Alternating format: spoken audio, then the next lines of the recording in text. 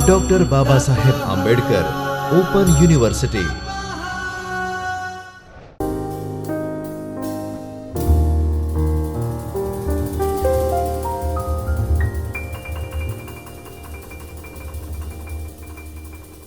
નમસ્કાર વિદ્યાર્થી મિત્રો, આજે આપણે SECD-02 જ્ઞાનતંતુની વિકાસાત્મક વિકલાંગતાનો પરિચયની આગળની કડીમાં આપ સૌનું સ્વાગત છે. આપણે વાત કરી રહ્યા હતા બૌદ્ધિક અક્ષમતાની. તો આજે આપણે જોઈશું કે શૈક્ષણિક સામાજિક વિકાસ અને એમાં પણ કાર્યાત્મક શિક્ષા એ શું છે. તો મંદબુદ્ધિ બાળકો અને એના શિક્ષણની જ્યારે આપણે વાત કરીએ છીએ ત્યારે આપણે માટે એમ પણ તે એક ચિંતાનો વિષય બની જતો હોય છે કે આ પ્રકારના બાળકોને શિક્ષણ કઈ રીતે આપવું. ઘણા તો એમ પણ માનતા હોય છે કે એમને શિક્ષણ આપી જ શકાતું નથી, પણ તે તદ્દન ખોટી વાત છે. દરેક બાળકને શિક્ષાનો અધિકાર રહેલો છે. તો સામાન્ય હોય કે વિશિષ્ટ શાળા હોય, તેની પસંદગી મા બાપે કરવાની હોય છે, જે તેમના માટે ખૂબ જ અઘરી બાબત હોય છે. પરંતુ મંદબુદ્ધિ બાળક માટે મુખ્યત્વે પાયાની દ્રષ્ટિએ વ્યક્તિગત શિક્ષણ અને તાલીમ માટે 3 વિકલ્પો ઉપલબ્ધ હોય છે. આ 3 વિકલ્પો કયા કયા છે? તો પહેલું છે વિશિષ્ટ સ્કૂલ, સંકલિત સ્કૂલ અને ઘરે બેઠા તાલીમ મેળવવી, હોમ ટ્રેનિંગ મેળવવી. તે તો વિશિષ્ટ સ્કૂલ એટલે કે જેમાં મંદબુદ્ધિ બાળકને વ્યક્તિગત સેવા આપવાની સગવડતાઓ ઉપલબ્ધ હોય છે. સંકલિત શાળામાં સામાન્ય બાળકોની વચ્ચે તેને રાખીને તાલીમ આપવામાં આવે છે. ઘરે બેઠા તાલીમમાં જે પ્રમાણે એ શબ્દ છે તે કાર્યક્રમ અંતર્ગત માતા પિતા કે તેમના બાળકને કોઈ પણ જે સગા હોય તે તાલીમ ઘરે બેસીને આપતા હોય છે. આમાંથી બાળક માટે કયો વિકલ્પ શ્રેષ્ઠ છે તે આપણે કોઈપણ બાળકની ઉંમર, તેનું માનસિક સ્તર, તેની અન્ય કોઈ વિકલાંગતા હોય તો તે કેન્દ્રથી એના ઘરનું અંતર, એના માતા પિતાની આર્થિક પરિસ્થિતિ, માતા પિતાનો સહકાર, વાહન વ્યવસ્થા, તેની પોતાની ક્ષમતા, આવા ઘણા બધા જે બાબતો જે છે, ઘણી બધી બાબતો જે છે એનો આપણે ધ્યાન રાખવાનું હોય છે અને એના આધારે આપણે નક્કી કરી શકીએ છીએ કે એને માટે કયો વિકલ્પ સૌથી યોગ્ય રહેલો છે. આપણે શિક્ષણ વ્યવસ્થાને જો વિસ્તારથી જો એને માપવાનું શરૂ કરીએ તો તેમાં પણ ઘણા બધા ભાગ પડતા હોય છે. તો તે પ્રમાણે જોઈએ તો સૌથી પહેલાં અર્લી ઇન્ટરવેન્શન સેન્ટર વિશે આપણે ચર્ચા કરવી પડે, જેમાં બાળકમાં રહેલી ક્ષતિઓની જાણ થતાં જ, એટલે કે 0 થી 6 વર્ષ દરમિયાન ના ઉંમરના બાળકની જેમ જ ઓળખ થઈ જાય તો એ સુવિધાઓ તેના માટે ખૂબ જ હિતાવહ રહેતી હોય છે. શરૂઆતના તબક્કામાં મળેલી સારવાર બાળકના વિકાસમાં આપણને વધારો કરવામાં સરળતા કરી આપે છે. આગળ જતાં બાળકની પરિસ્થિતિ બગડતી અટકે છે, એટલે કે પુનર્વસન આપણે વધારે સરળતાથી કરી શકીએ જો વહેલી એની ઓળખ થઈ ગઈ હોય તો. આમાં સેન્ટર આધારિત, ઘર આધારિત કે બંને જગ્યાએ જઈને બાળકોને સારવાર કે તાલીમ આપી શકાય છે. ત્યાર પછી જે ખૂબ જ પ્રચલિત ઓપ્શન છે એવું આવે છે જે છે સ્પેશિયલ સ્કૂલ, એટલે કે વિશિષ્ટ શાળા, વિશિષ્ટ બાળકો માટે વિશિષ્ટ શાળા. એ ખૂબ જ પ્રચલિત વિકલ્પ ગણવામાં આવે છે. તો સ્પેશિયલ સ્કૂલ એ છે કે જેમાં ફક્ત સ્પેશિયલ બાળકો જ એડમિશન લેતા હોય છે. એટલે જે પ્રકારની વિશિષ્ટતા બાળકની છે એ પ્રકારની વિશિષ્ટતાઓના સમાયોજન માટે શાળાઓ પણ એ જ પ્રકારની વિશિષ્ટ બનાવી, એ એનો મુખ્ય ઉદ્દેશ્ય રહેલો હોય છે. તો મંદબુદ્ધિના બાળકો જે હોય છે એની માટે વ્યક્તિગત પરીક્ષણ અને વિશિષ્ટ તાલીમની જરૂરિયાત રહેતી હોય છે. વિશિષ્ટ શાળામાં આ બાળક માટે એની મુજબની બધી વ્યવસ્થાઓ હોય છે, જેથી એને વધારે સારો ફાયદો થઈ શકે છે. તેમાં કઈ કઈ બાબતો હોય છે તો વર્ગો ખૂબ નાના હોય છે. દરેક વર્ગમાં મિનિમમ 8 અને મેક્સિમમ 10 બાળકો હોય છે, જેથી એમને એક વર્ગમાં સરળતાથી સાચવી શકાય છે, એમને સારી રીતે ભણાવી શકાય છે. વ્યક્તિગત અને સામૂહિક શિક્ષણ આપણે બહુ જ સરળતાથી આપી શકીએ છીએ. અને આ શિક્ષણ આપવા માટેના જે વિશિષ્ટ સાધનો હોય છે તે પણ એ શાળામાં ઉપલબ્ધ હોય છે. તેની પર કોઈ દબાણ બાળક ઉપર કોઈ રહેતું નથી. એ રીતે શિક્ષણ પર દબાણ જે છે એ ઘટે છે, કારણ કે વિદ્યાર્થીઓની સંખ્યા ઓછી હોય છે. બાળકો માટે હરીફાઈ મુક્ત વાતાવરણ બનતું હોય છે, કારણ કે બધા જ બાળકો તેને પોતાની જેવા લાગે છે. અને એની સાથે જે હરીફાઈ હોય છે પણ કેવી હોય છે, એક હેલ્ધી કોમ્પિટિશન જે આપણે કહી શકીએ, કદાચ એવી થાય તો એ હંમેશા ઈચ્છનીય હોય છે. એમને ભણતરની સાથે સાથે વ્યાવસાયિક કૌશલ્યની તાલીમ પણ આ શાળાઓમાં આપવામાં આવે છે, જે માટેની સુવિધાઓ ત્યાં આગળ ઉપલબ્ધ હોય છે. એ સિવાય બાળકની જરૂરિયાત મુજબ તેને થેરેપી આપવાની વ્યવસ્થા પણ ત્યાં આગળ કરવામાં આવે છે. જેમ કે ફિઝિયોથેરાપી છે, ઓક્યુપેશનલ થેરપી છે, સ્પીચ થેરપી છે. આ પ્રકારની વિવિધ થેરપી જે બાળકને જે જરૂરિયાત હોય તે મુજબ આપવામાં આવે છે. વિશિષ્ટ શાળાઓમાં જો કોઈ સૌથી નબળી બાબત હોય તો તેમાં બાળકને એની ઉંમરના અન્ય બાળકો, સામાન્ય બાળકોથી દૂર રાખવામાં આવે છે. એટલે એક પ્રકારનું સેગ્રિગેશન આપણને જોવા મળે છે, જેથી તે સમાજથી અલગ પડી જાય છે. બાળક કદાચ પોતાની જેવા બીજા બાળકને અથવા પોતાની કરતાં વધારે જેનામાં સિવિયરિટી છે માનસિક ક્ષતિની, એનું જોઈને પણ શીખતું હોય છે. જે સંભાવના વિશિષ્ટ શાળામાં આપણે જોઈએ તો એ સિવિયરિટી શીખવાની સંભાવના વધી જાય છે. જ્યારે સામાન્ય શાળાઓમાં બાળકો સાથે એ રહે તો એનું જોઈને એ સારી બાબતો પણ શીખી શકે છે.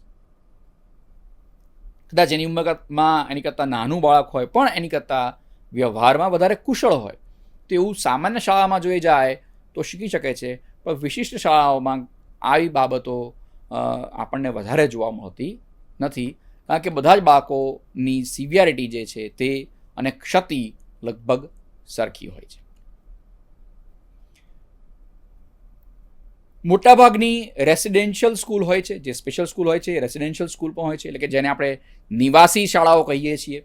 ઘણી જગ્યાએ અત્યારે મોટા શહેરોમાં રેસિડેન્શિયલ સ્કૂલ ન હોતા ડે સ્કૂલનો પણ એક કોન્સેપ્ટ આપણને જોવા મળતો હોય છે. આ પ્રકારની સુવિધામાં શિક્ષણ તાલીમ સહ હોસ્ટેલની પણ સુવિધા હોય છે. જ્યાં કોઈ સગવડ ન હોય તેવી જગ્યાએ આ સ્થિતિ વ્યક્તિઓ માટે ખૂબ જ સુવિધા ઊભી કરી આપે છે. જેમ કે કોઈ એવા સેન્ટરો છે કે જ્યાં આગળ કોઈ જ વ્યવસ્થા નથી, મા બાપ ખૂબ અંતરિયાળ વિસ્તારોમાં રહે છે, બાળકને સ્કૂલે લાવી શકતા નથી. આગળ મોટાભાગની સ્પેશિયલ સ્કૂલો જો છે તે તાલુકા લેવલે અને ડિસ્ટ્રિક્ટ લેવલે હોય છે.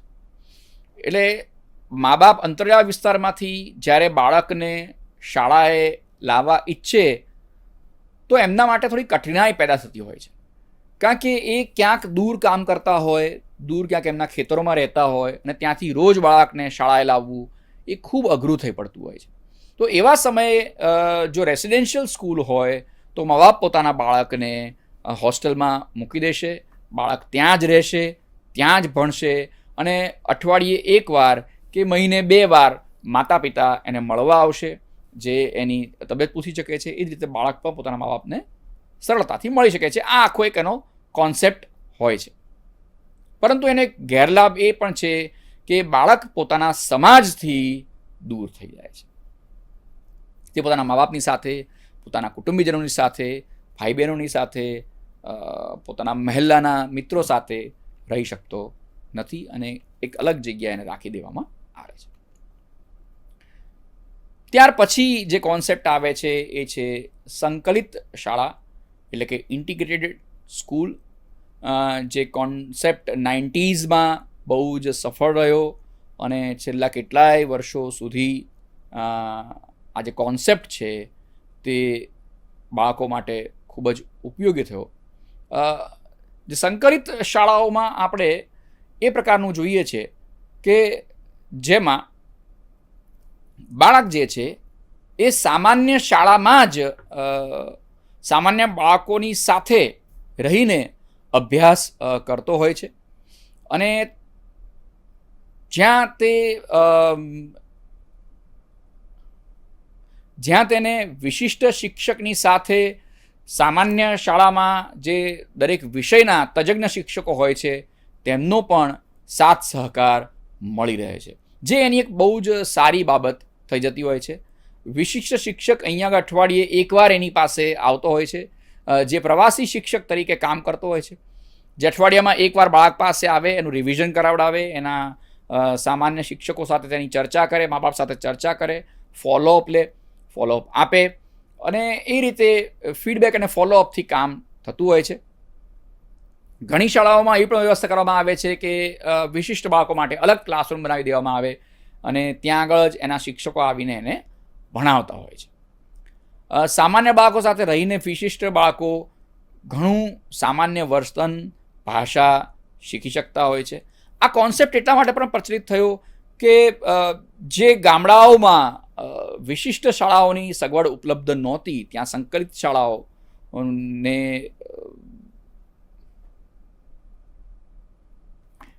તે ગામડાઓમાં દરેક સામાન્ય શાળાને સંકલિત શાળામાં ફેરવવામાં આવી, પ્રાથમિક શાળાઓને, અને જેનાથી દરેક બાળક પોતાના વિસ્તારમાં રહીને, પોતાના વિસ્તારમાં સૌથી નજીકની શાળામાં રહીને અભ્યાસ કરી શકતો, જેનાથી તેને પોતાના સમાજથી અને પોતાના ઘરથી દૂર થવું પડતું નહોતું.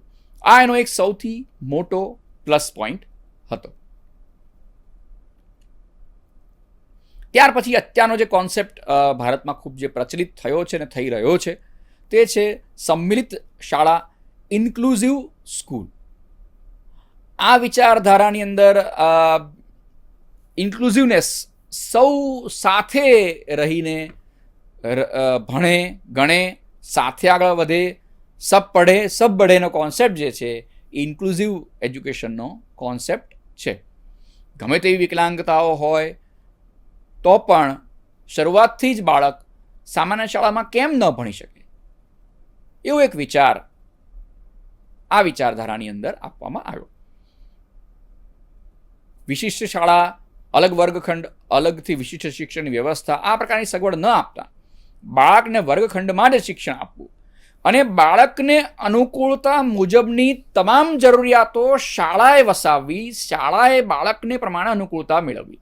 પહેલાં શું થતું હતું કે બાળકે શાળા પ્રમાણે અનુકૂળ થવાનું હતું, પરંતુ ઇન્ક્લુઝિવ સેટઅપની અંદર શાળાઓએ બાળકની પ્રમાણે અનુકૂળતા કેળવવાની રહે છે, જે આ કોન્સેપ્ટનો મુખ્ય હેતુ છે. જ્યાં અન્ય સામાન્ય બાળકોને શિક્ષણ આપવામાં આવે છે, દરેક શિક્ષકને જરૂરિયાત મુજબ જરૂરી થેરાપિસ્ટ, તબીબોની સલાહ સૂચન પૂરી પાડવામાં આવે છે.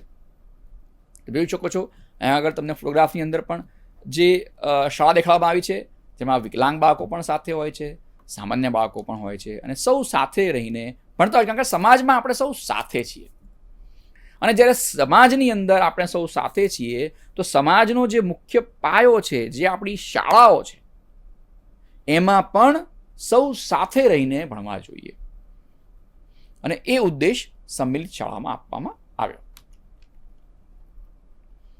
ઘેર બેઠા તાલીમ, હોમ બેઝ ઘેર બેઠા તાલીમ, હોમ બેઝ ટ્રેનિંગ. જ્યાં વિશિષ્ટ શાળા, સામાન્ય શાળાઓની સુવિધા નથી, બાળક બહુ મોટી ઉંમરનો થઈ ગયો છે, જેને આપણે હવે શાળાએ મોકલી શકતા નથી, અથવા તો જેની ડિસેબિલિટી જે છે બહુ સિવિયર છે, અતિ ગંભીર છે, તો એવા સંજોગોમાં આપણે શું કરી શકીએ? તો એને શિક્ષણથી વંચિત રાખવું એ ઉદ્દેશ રહેતો નથી.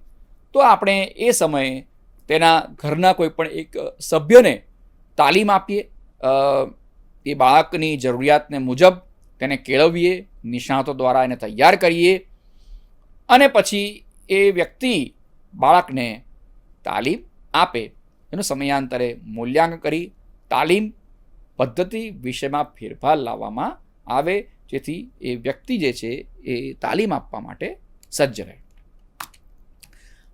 ત્યાર પછી ઓપન લર્નિંગ સિસ્ટમ. જે રીતે તમે પણ અત્યારે ઓપન લર્નિંગ સિસ્ટમમાં ભણી રહ્યા છો, એ રીતે સ્કૂલમાં પણ એ પ્રકારનું વાતાવરણ હોય, નિયમિત શાળાએ જે નહીં જઈ શકતા હોય, ઘેર બેઠા જુદા જુદા વિષયોનું જ્ઞાન મેળવવા ઈચ્છતા હોય અને એમને સંસ્થાઓ જ પુસ્તકો પૂરા પાડે, એ સિવાય રેડિયોના માધ્યમથી, ટેલિવિઝનના માધ્યમથી, કેસેટ સીડીના માધ્યમથી એમને શિક્ષણ આપવામાં આવે. જે રીતે આપ સૌ અત્યારે વિડીયોના માધ્યમથી શિક્ષણ મેળવી રહ્યા છો, એ રીતે બાળકો પણ એ તાલીમ મેળવે અને માનસિક વિકલાંગ બાળક પોતાના રસ અનુસાર શિક્ષક કે વ્યાવસાયિક પાઠ્યક્રમની પસંદગી કરી મુક્ત શિક્ષણ વ્યવસ્થામાં રહીને ભણે, જેનું ઉદાહરણ છે NIOS, national institute of open schooling, જેમાં કોઈ પણ બાળક કોઈ પણ જગ્યાએથી અભ્યાસ કરી શકે છે. એની માટે બધી જ વ્યવસ્થાઓ અને મટીરિયલ જે છે એ NIOS પૂરી પાડે છે. અહીંયા આગળ તમને આ મોડેલ દેખાડીને પ્રયત્ન કરવામાં આવ્યો છે કે ઇન્ક્લુઝિવ અને ઇન્ટિગ્રેટેડ અને સેગ્રિગેટેડ એજ્યુકેશન કયા મોડલ્સ હોય છે. તો સૌથી જે ઇન્ક્લુઝન આપણે સૌથી છેલ્લે લઈએ. પહેલું જે મોડલ તમને દેખાઈ રહ્યું છે, જે સૌથી પહેલું તમને દેખાઈ રહ્યું છે, એ છે એક્સક્લુઝન. એટલે કે સમાજમાંથી વિકલાંગ વ્યક્તિઓને સાવ દૂર કરી દેવા, ઘરમાં પૂરી રાખવા, સમાજમાં ક્યાંય ભેળવવા નહીં. તો એ થયા એક્સક્લુડેડ કરેલા વ્યક્તિઓ, કે જેને સમાજમાં ક્યાંય રાખવામાં આવતા નથી, સમાજમાં એમનું કોઈ યોગદાન લેવામાં આવતું નથી. જે સદંતર રીતે નકારી કાઢવામાં આવેલું મોડલ છે, સાવ દૂર કરી દેવાનું, એને કહેવાય છે એક્સક્લુઝન. ત્યાર પછી આવે છે સેગ્રિગેટ કરવા, સમાજમાંથી એમને દૂર કરવા, પણ કેવી રીતે? તો કે એક જગ્યાએ ભેગા કરીને એમને દૂર કરી દેવા, જેને આપણે સેગ્રિગેટ કરવા. એમને આપણે ભેગા તો કર્યા, પણ છતાં પણ આપણે સમાજમાંથી એમને દૂર રાખ્યા. એ થશે સેગ્રિગેટ કરેલું મોડેલ, એટલે કે સેગ્રિગેશન. ત્યાર પછી જે આપણે વાત કરી ઇન્ટિગ્રેટેડ મોડેલ અથવા ઇન્ટિગ્રેશન, સંકલિત મોડેલ, જેની અંદર આપણે દૂર કરેલા વ્યક્તિઓને સમાજમાં ભેગા લઈ આવ્યા. એટલે કે દિવ્યાંગ બાળકોને સામાન્ય બાળકોની સાથે શાળામાં ભેગા તો કરી દીધા, પણ છતાં પણ ભેગા કરીને થોડા અલગ કરીને ભણાવ્યા. એટલે શાળામાં તો છે, પણ તેમની પ્રત્યક્ષ રીતે હાજરી કેવી છે? કોઈ અલગ જગ્યાએ. એમને અલગ એક રૂમ પાઠવી દીધો, અલગ શિક્ષક આપી દીધા, જે એમને આવીને ભણાવે ત્યારે એ ભણે. તો એ ઇન્ટિગ્રેટેડ મોડેલ થયું. હવે સૌથી ઉપર આપણે આવીએ છીએ, એ છે ઇન્ક્લુઝિવ મોડલ, જેમાં તમે જોઈ શકો છો ઇન્ક્લુઝિવ મોડલની અંદર બધા જ બાળકો સાથે છે. આપણે વર્ષો પહેલાં જેમ એક કથા બની ગયા, જેમાં સંજાણના બંદરે પારસીઓ પહેલીવાર આવે છે અને દૂધના પ્યાલામાં સાકર જેમ ભળી જાય એના ઉદાહરણ સાથે રાજાને સમજાવે છે કે અમે પણ આ રીતે તમારી સાથે ભળી લઈ જઈશું. જે રીતે દૂધમાં સાકર ભળી જાય છે, એમ અમે પણ તમારા સમાજમાં ભળી જઈશું. તો એ જ વસ્તુ ઇન્ક્લુઝનમાં આવે છે. સમાજમાં સકલાંગ પણ છે, દિવ્યાંગ પણ છે. ત્યાં એક બાળક સાંભળી નથી શકતો, કોઈ જોઈ શકતું નથી, કોઈને કોઈ માનસિક ક્ષતિ છે, કોઈને હલનચલનમાં તકલીફ છે. કોઈ એવો બાળક પણ છે કે જેને કોઈ પણ તકલીફ નથી. કોઈ ગુજરાતી માધ્યમનો વિદ્યાર્થી છે, કોઈ અંગ્રેજી માધ્યમનો વિદ્યાર્થી છે, કોઈ હિન્દી માધ્યમનો વિદ્યાર્થી છે. તો આ બધા જ સમાજના અંગો છે અને એ સૌ સમાજમાં હળીમળીને સાથે રહે છે, જેમાં કોઈ પણ પ્રકારની બાધા કે બેરિયર નથી. એને કહેવાશે ઇન્ક્લુઝિવ મોડેલ, સંમિલિત શિક્ષણ. તો હું સમજુ છું કે તમારા મગજમાં આ કોન્સેપ્ટ ક્લિયર થયો હશે. આપને આખું આગળ જતાં એક પેપર આવે છે, જેમાં આપણે સંમિલિત શિક્ષણ વિશે વધારે વિસ્તારથી ચર્ચા કરીશું. અત્યારે તમારા સમજ માટે આટલું પૂરતું છે. ક્રિયાત્મક શિક્ષણ મેળવવું ખૂબ અગત્યનું હોય છે, જેને આપણે ફંક્શનલ લર્નિંગ કહીએ છીએ, જેમાં બાળક એવા પ્રકારનું શિક્ષણ મેળવશે કે જે એના જીવન વ્યવહારમાં ઉપયોગી થાય. જેમ કે કોઈ બાળક કક્કો બારાક્ષરી વાંચે તો એનાથી ફાયદો શું થાય? ખાલી કક્કો કે બારાક્ષરી શીખવાનો નથી, પરંતુ એ ક્યાંક બહાર ગયો, એ બસ સ્ટેન્ડે ગયો અને એને કોઈ જગ્યાએ બસ પકડવાની છે, તો બસની ઉપર પાટિયામાં શું લખ્યું છે એ ક્યારે વાંચી શકશે? કે જ્યારે એને કક્કો બારખડી આવડતો હશે. તો એટલીસ્ટ એને એટલું આવડવું જોઈએ કે જેથી એનું જીવન વ્યવહારમાં એ વાંચન કરી શકે, થોડું લખી શકે, જેથી એનું જીવન વ્યવહાર ક્યાંય અટકે નહીં, જેને આપણે જીવન વ્યવહાર માટેનું શિક્ષણ કહીએ છીએ, ફંક્શનલ લર્નિંગ કહીએ છીએ. એ જ રીતે ગણતરી પણ એટલી આવડતી હોવી જોઈએ કે જેથી એ ઘરમાંથી કંઈ વસ્તુ ખરીદવા જાય, ક્યાંક બહાર જાય તો ટિકિટ લઈ શકે, કોઈ વસ્તુ ખરીદવા જાય તો કેટલા પૈસા માંગ્યા છે, કેટલા પૈસા પાછા આવશે, એની એને સમજણ પડે. આટલું પણ જો બાળક માનસિક ક્ષતિવાળું શીખી જાય તો તે એના માટે ઘણું બધું પૂરતું છે.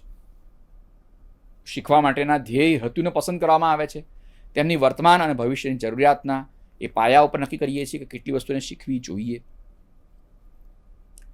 અને તે જ એને શીખવામાં આવે છે જે એના માટે જરૂરી છે.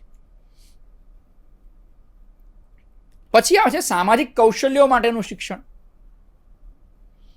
સામાન્ય જેમ જ જે માનસિક ક્ષતિ ધરાવતું બાળક છે એને પણ સમાજમાં વ્યવહારો કરવાના છે. મંદબુદ્ધિ વ્યક્તિ સામાજિક વ્યવહારો અને તેના વિકાસમાં પાછળ હોય એ આપણે સમજી શકીએ છીએ, પણ એમાં આપણે જેટલું પણ પૂર્ણ કરી શકીએ એટલું વધારે સારું.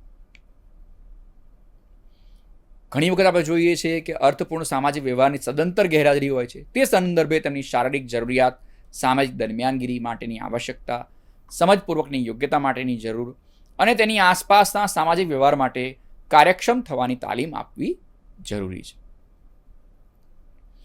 અવિશ્વાસ, ડર, આત્મવિશ્વાસ, ચિંતા જેવી ભાવનાઓ પર તેમનો કાબુ હોતો નથી, કારણ કે તેમની બૌદ્ધિક ક્ષમતા ઘણી સીમિત હોય છે. આ વ્યક્તિઓ ને વર્તનની સમસ્યાઓ પણ જોવા મળતી હોય છે, જેમાં એમની માનસિકતા મુખ્ય કારણભૂત હોય છે. તો એવા સમયે મનની દબાયેલી લાગણીઓને છૂટી કરવા માટે સંગીતનો, ચિત્રનો, રંગકામનો, માટીકામનો વગેરેનો ઉપયોગ કરવો જોઈએ. તો જેમ કે બાળકને ખૂબ ગુસ્સો આવી રહ્યો છે, તો જો એ ગુસ્સો ક્યાંય નીકળશે નહીં તો પછી એ ગુસ્સો દબાઈ રહેશે, તો કોઈ એવી જગ્યાએ પોતાના કોઈ એવા વ્યક્તિ પાસે એ ગુસ્સો બહાર નીકળશે જે એના માટે અને એ વ્યક્તિ માટે દુઃખદાયી હશે. તો તમે શું કરી શકો છો? તો રેતીથી ભરેલી બેગ એને આપી શકો છો અને તેને રમતની પ્રવૃત્તિ દરમિયાન એને મુક્કા મારવાનું કહી શકો છો. ઘણી હિટમી નામની ડોલ પણ આવતી હોય છે, એ હિટમી ડોલને તમે એને મારવાનું કહી શકો છો, જેથી એનો જે ગુસ્સો છે, એના મનમાં જે વસ્તુ દબાયેલી ભાવનાઓ છે બધી બહાર નીકળી જાય અને તે એ રેતી ભરેલી બેગ ઉપર કે હિટમી ડોલ ઉપર એ પોતાનો ગુસ્સો બહાર કાઢી શકે, જેથી એની માનસિક અને શાંતિ મળતી હોય છે. માતા પિતાને ચિંતાજનક આ બધી વસ્તુ લાગતું હોય છે કે એની અપંગતા એને બાધારૂપ તો નહીં પડે ને. વધુ કાળજી કે વધુ ચિંતાને લીધે પણ સમાજમાં ભળવા દેવામાં આવતા નથી. તો એ હળવા બળવા દેતા નથી, એના કારણે બાળક જે છે એ સમાજથી દૂર થઈ જાય છે. આ સંજોગોમાં નિષ્ણાતો સાથે ચર્ચા કરવી જોઈએ, એની માર્ગદર્શન લેવું જોઈએ. જો બાળકને બોલવામાં મુશ્કેલી પડતી હોય, સ્પષ્ટ ઉચ્ચારણ ન કરી શકતા હોય, તો એવા સમયે બાળકને આપણે તાલીમ અપાવવી જોઈએ. અને જો બાળક સાંભળી ન શકતું હોય, એનામાં બધિરતા પણ હોય, તો તમે સાઇન લેંગ્વેજનો સહારો પણ લઈ શકો છો. કેટલીક વાર માતા પિતા એમ માનતા હોય છે કે મંદબુદ્ધિ બાળક જે છે એ સમજતું જ નથી, તો એ વખતે આપણે એની સાથે સંપર્ક માટે સંકેતોનો ઉપયોગ કરી શકીએ. પરંતુ મા બાપ શું કરતા હોય છે? લાવ, આવ, ખા, જા, સૂઈ જા, ઊભો થઈ જા, આવા નાના નાના શબ્દોનો પ્રયોગ કરે છે. આખા વાક્યનો પ્રયોગ કરતા નથી. તમે આખા વાક્યનો પ્રયોગ કરતા નથી અને તમે બાળક પાસે અપેક્ષા રાખો છો કે બાળક તમને સમજે અને સંપૂર્ણ રીતે તમને જવાબ આપે, સ્પષ્ટતા સાથે જવાબ આપે. તમે જે બાળકને આપશો એ જ બાળક તમને પાછું આપશે. તો મા બાપની આ જે અપેક્ષા છે એના કારણે ઉશ્કેરાટભર્યું વાતાવરણ સર્જાતું હોય છે અને મંદબુદ્ધિ બાળકને કોઈને કોઈ જગ્યાએ, માનસિક ક્ષતિવાળા બાળકને કોઈને કોઈ જગ્યાએ આની વિશે સમજ પડતી નથી કે શા માટે મારા ઘરમાં આટલું તંગ વાતાવરણ છે, શા માટે આટલો બધો ઉશ્કેરાટ છે. તો સિવિયર કક્ષાના બાળકો સૂચનાને અનુસરી અને વિનંતીના રૂપમાં જુદા જુદા અગત્યના વ્યવહારો પર તાલીમ મેળવી શકે છે. જ્યારે માઇલ્ડ કક્ષાના બાળકોમાં સૂચનાઓનું અમલીકરણ કરવાની ક્ષમતાને ધ્યાનમાં લઈને ભાષાકીય વિકાસ વધારવાની તાલીમ અપાતી હોય છે. જો ઘણી વખત એવું હોય છે કે માનસિક ક્ષતિવાળું બાળક સાંભળતું પણ હોય છે, પણ એની પછીની જે મગજમાં પ્રોસેસ થવી જોઈએ કે હવે પછી મારે શું કરવાનું છે, એ માટે એનું મગજ સક્ષમ હોતું નથી અને એને એ પછીના ઓર્ડર શું આપવા એની સમજણ એને પડતી નથી અને એના કારણે એ પ્રમાણેનો વ્યવહાર કરી શકતું નથી. મંદબુદ્ધિ વ્યક્તિ તેની જરૂરિયાત, ઈચ્છાઓ વ્યક્ત કરવા માટે ભાષા અને સામાજિક વ્યવહારલક્ષી તાલીમ મદદરૂપ થઈ શકે.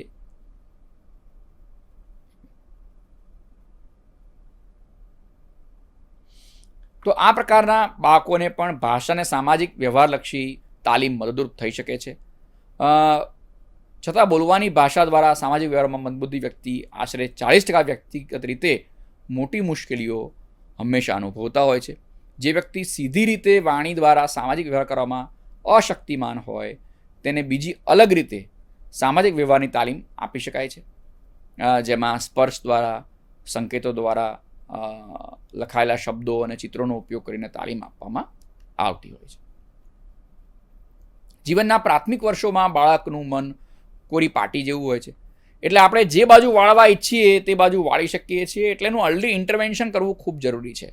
6 વર્ષ સુધીના બાળકમાં આપણે આ કરી શકીએ છીએ, પણ ત્યાર પછી જો આપણે કરીએ તો ઘણું મોડું થઈ ગયું હોય છે. એટલે આપણને એ માટેની મહેનત પણ વધારે લાગતી હોય છે. પરંતુ આ બાળકને તાલીમ આપવા માટે હંમેશા આપણે આઈઈપીનો સહારો લઈ શકીએ છીએ અને એમાં 18 કાર્યક્ષેત્રોનો સમાવેશ કરવામાં આવે છે, જેમાં A ગ્રેડ જ્યાં મદદની જરૂર હોય ત્યાં B ગ્રેડ આપવામાં આવે છે અને બાળકની સમસ્યા જણાય ત્યાંની બાબતોને ધ્યાનમાં લઈ બાળકલક્ષી પ્લાન કરવો એમાં હિતાવહ રહેતો હોય છે. તો બાળકનું તમે આઈઈપી કરો એના આધારે તમે એના સ્તર નક્કી કરશો, જેમાં અને એ સ્તર નક્કી કરવા માટે બાળકની ઉંમર, તેનું માનસિક સ્તર, તેની શાળાની વ્યવસ્થા, માતા પિતાનો સહકાર, એ મોડરેટ છે, સિવિયર લેવલનું છે, પ્રોફાઉન્ડ લેવલની તેમાં ક્ષતિ છે, કયા પ્રકારની એનામાં ક્ષતિ છે, એ મુજબ આપણે એનું આઈઈપીની રચના કરવાની હોય છે. અને એ આઈઈપી કરવા માટે જરૂરી જે શિક્ષણલક્ષી સામગ્રી હોય તે પણ તેને અનુરૂપ હોવી જોઈએ. તે બને તેટલી સસ્તી હોવી જોઈએ, ખૂબ મોંઘી ન હોય, ટકાઉ હોય અને સરળતાથી આપણે તેનો ઉપયોગ કરી શકીએ, વાપરી શકીએ વારંવાર, અને બને તો એના આસપાસના વાતાવરણની હોય તો વધારે સારું. તમે કઈ કઈ જગ્યાએ આઈઈપી જોઈ શકો છો, ક્યાં ક્યાં કરાવી શકો છો? તો આખા શરીરના હલનચલનનો વિકાસ, જેમાં બેસવું, ચાલવું, 4 પગે ચાલવું એટલે બાકોડિયા પેર, સીડી ચડવી ઉતરવી, પલાઠી વાળવી, ઊભા રહેવું, પડખા ફેરવવા વગેરે બાબતો. પછી મુઠ્ઠી વાળવી, કોઈ વસ્તુને પકડવી, એને વાળવી, ખોલવી, બંધ કરવી, ગોઠવવી, સોયમાં દોરો પરોવવો, પાણી રેડવું, કોઈ વસ્તુને કાપવી, સંભાળીને અંદર ખાનામાં મૂકવી, ખાનામાંથી બહાર કાઢવી, જે બાબતોનો પણ સમાવેશ કરવામાં આવે છે. ત્યારબાદ ભોજન, જેમાં ભોજનની થાળીમાંથી ખોરાકને ઉપાડવો, તોડવો, મોંમાં મૂકવો, ચાવવો, ગળાથી ઉતારવો, પછી પાણી અથવા કોઈ પણ પ્રવાહી પીવું, જેમ કે દાળ, છાશ, કંઈ પણ. ભૂખ વધારે લાગી હોય તો ભોજન માંગવું, ભૂખ તમારી શમી ગઈ હોય તો ના પાડવી, આ બધી વસ્તુનો પણ સમાવેશ થાય છે. કપડાં પહેરવા, જેમાં કપડાં પહેરવા, કાઢવા, મારે કયા કપડાં પહેરવા છે એની પસંદગી કરવી, મારા કપડાઓને યોગ્ય જગ્યાએ મૂકવા, બટન ખોલવું, બટન બંધ કરવું, ચેઇન ખોલવી, બંધ કરવી, કઈ ઋતુમાં કયા કપડાં પહેરવા જોઈએ તેની પણ સમજનો સમાવેશ થાય છે. ત્યારબાદ તૈયાર થવું, ગ્રૂમિંગ થવું, જેમાં હાથ પગ ધોવા, લૂછવા, બ્રશ કરવું, માથું ઓળવું, સાબુથી સ્નાન કરવું, શરીરને લૂછવું, નખ કાપવા, દાઢી કરવી, બરાબર. દીકરીઓ હોય તો માસિક વખતની સ્વચ્છતાને જાળવવી, નાક કાનની સફાઈ કરવી વગેરે બાબતોનો સમાવેશ થાય છે. આ બધું લિસ્ટ જ્યારે તમે જુઓ છો ત્યારે તમને ખ્યાલ આવતો હશે કે કેટલી બધી નાની નાની બાબતોનો સમાવેશ કરવામાં આવે છે. આ સિવાયની પણ ઘણી બધી બાબતો હોય છે જેનો આપણે સમાવેશ કરવો પડતો હોય છે. આગળ જોઈએ તો ટોયલેટ ટ્રેનિંગ, જે સૌથી અગત્યની ટ્રેનિંગ બાળકો માટે બનતી હોય છે.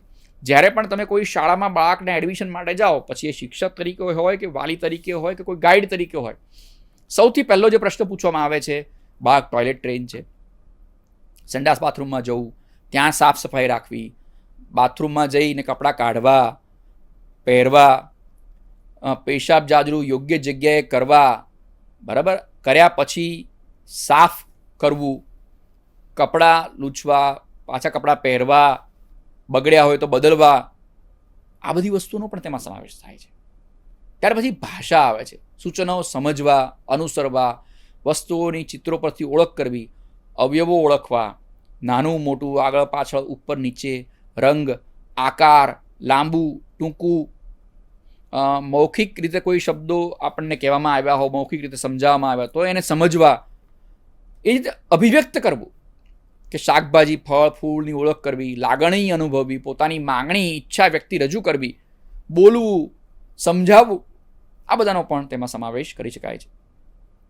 સામાજિક વર્તન, જ્યારે આપણે જાણીએ છીએ કે સૌ કોઈ માણસો જે છે એ સામાજિક પ્રાણી છે, તો અજાણી વ્યક્તિઓ હોય તો એની સાથે કઈ રીતે ચર્ચા કરવી, સંબંધીઓ હોય તો એની સાથે કઈ રીતે ચર્ચા કરવી, જાણીતું વર્તુળ તમારું છે એમાં કેવી રીતે વર્તન કરવું, સમૂહમાં કેવી રીતે રમવું, વહેંચવું, એકબીજા સાથે વ્યવહાર કરવો, તેનો સમાવેશ કરવામાં આવે છે.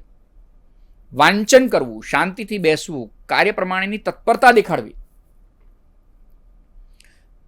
એ રીતે લેખનમાં પેન્સિલ પકડવી, પ્રી રાઇટિંગ સ્કિલ, ખૂંટવું, જાતે લખવું, જે પ્રમાણે શિક્ષક બોલે એ પ્રમાણે અનુસરીને લખવું, સાંભળીને લખવું, ભૂલ હોય તો પોતાની ભૂલને જોઈને સુધારવી, આ બધો પણ સમાવેશ થાય છે.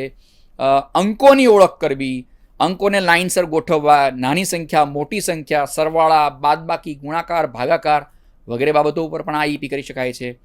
સમય એ પણ બહુ અગત્યનો કોન્સેપ્ટ છે, કારણ કે સમયના આધારે આપણે નક્કી કરીએ છીએ ક્યારે આપણો ઉઠવાનો સમય છે, ક્યારે સૂવાનો સમય છે, જમવાનો, ટોયલેટનો, સ્કૂલે જવાનો, આખા દિવસથી તમામ પ્રવૃત્તિઓ કરવાનો, ઋતુઓની સમજ આવવી, એ પણ સમયનો કોન્સેપ્ટ છે. કયો મહિનો ચાલે છે, મારી બર્થ ડેટ ક્યારે છે, આ બધી વસ્તુઓ પણ ખૂબ અગત્યની હોય છે. પૈસાની સમજ, એને જે વ્યવહારો કરવાના છે આજીવન તમે એને તમારી પાસે રાખીને સાચવી શકશો નહીં, એટલે બાળકને પૈસાની પણ સમજ આપવી પડે. ઘરમાં કઈ રીતે વર્તન કરવું, પોતાના વસ્તુઓનું કઈ રીતે ધ્યાન રાખવું, સમાજમાં કઈ રીતે વ્યવહાર કરવો, ટ્રાફિકના શું નિયમો છે, રમત રમતા હોય ત્યારે કયા નિયમોનું પાલન કરવું જોઈએ, આ બધી વસ્તુઓનું માઇન્યુટલી તમારે બધી વસ્તુઓને નોંધવી પડતી હોય છે. નવરાશના સમયનો ઉપયોગ કઈ રીતે કરવો, વ્યક્તિઓ આખો દિવસ મોબાઈલ લઈને બેસી રહે એટલું જ નહીં, પણ એની સાથે ડાન્સ કરવો, ગીતો ગાવા, સ્પોર્ટ્સ રમવો, પુસ્તકો વાંચવા, ચિત્રકામ કરવું, અનુકૂળતાએ ટીવી પણ જોવું, એ પણ નવરાશના પળોનો સારો ઉપયોગ હોય છે. વ્યાવસાયિક તાલીમ મેળવવી પડે, જેમાં લાંબા સમય સુધી કોઈ પણ પ્રવૃત્તિમાં રહેવું, ટકી રહેવું, સાધનોની ગોઠવણી કરવી, જ્યાં જ્યાં તે સાધનો આપવામાં આવે એની સાથે યોગ્ય રીતે કામ કરવું, પોતાને નુકસાન ન પહોંચે, વાહનોનો ઉપયોગ કઈ રીતે કરવો, પોતાની પાસે ફોન કે મોબાઈલ હોય તો એનો કઈ રીતે ઉપયોગ કરવો, એનો પણ સમાવેશ થાય છે. ત્યાર પછી આવે છે આ આપણે જે અત્યાર સુધી અભ્યાસ કર્યો એને લગતા કયા પ્રશ્નો આપણે આવી શકે, તો બૌદ્ધિક અક્ષમતા ધરાવતા બાળકોના શિક્ષણ અને તાલીમ માટે કયા કયા વિકલ્પો ઉપલબ્ધ છે તેને વિસ્તારથી સમજાવો. ત્યારબાદ સામાજિક કૌશલ્ય વિશે વિગતે ચર્ચા કરો. ત્યાર પછી ટૂંકનોંધ લખો, મેં અહીંયા આગળ લખ્યું છે, એમાં અત્યારના તમામ મુદ્દાઓ વિશે આઈપીમાં કઈ કઈ બાબતોનો સમાવેશ થાય છે, તો એ પણ એક તમારા માટે ટૂંકનોંધનો વિષય છે. બૌદ્ધિક અક્ષમતા ધરાવતા બાળકોના શિક્ષણ માટે કયા કયા મોડલ્સ, વિકલ્પો કયા કયા ઉપલબ્ધ છે, એ પણ ટૂંકનોંધ થઈ શકે. સામાજિક કૌશલ્યો એટલે શું, તે પણ એક ટૂંકનોંધ થઈ શકે. તો આ રીતે તમે એમાં સમાવેશ કરી શકો છો. આ બધા માટે તમને જરૂરી સંદર્ભો, વિડીયો ઓનલાઈન ઘણા બધા ઉપલબ્ધ છે. તેમાંથી મેં અહીંયા થોડા સંદર્ભો તમારા માટે રજૂ કર્યા છે. તેની ઉપર જઈ તમે વધારે તમારી જાતે અધ્યયન કરી શકો છો અને આગળ શિક્ષણ મેળવી શકો છો. છેલ્લી સારી લીલી.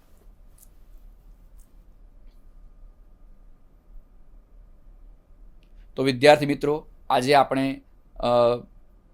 બૌદ્ધિક રીતે અક્ષમ બાળકો જે છે તેમના શિક્ષણના કયા કયા વિકલ્પો ઉપલબ્ધ છે તે જોયું, અને એ સાથે સામાજિક કૌશલ્યો વિશે પણ આપણે શીખ્યા, અને એમને આઈપીમાં કયા કયા મુદ્દાઓનો સમાવેશ કરી શકાય તે પણ આપણે જોયું. આજની કડીમાં આટલું જ.